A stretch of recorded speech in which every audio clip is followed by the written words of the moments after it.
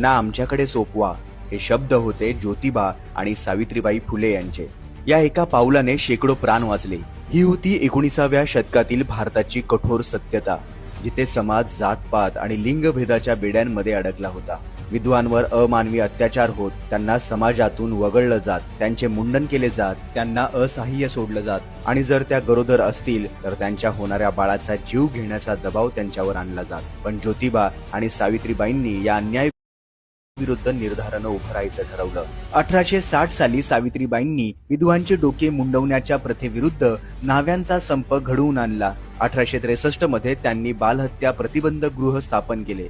हे गुप्त आश्रयस्थळ होतं, जिथे कोणत्याही जातीच्या विधवांना कोणत्याही भीतीशिवाय आपल्या बाळाला जन्म देण्याची मुभा होती. त्यांनी आपल्या घराच्या बाहेर एक पाळणा ठेवला होता. त्यावर लिहिलं होतं, तुमच्या बाळाला मारू नका, त्यांना इथेच सोडा.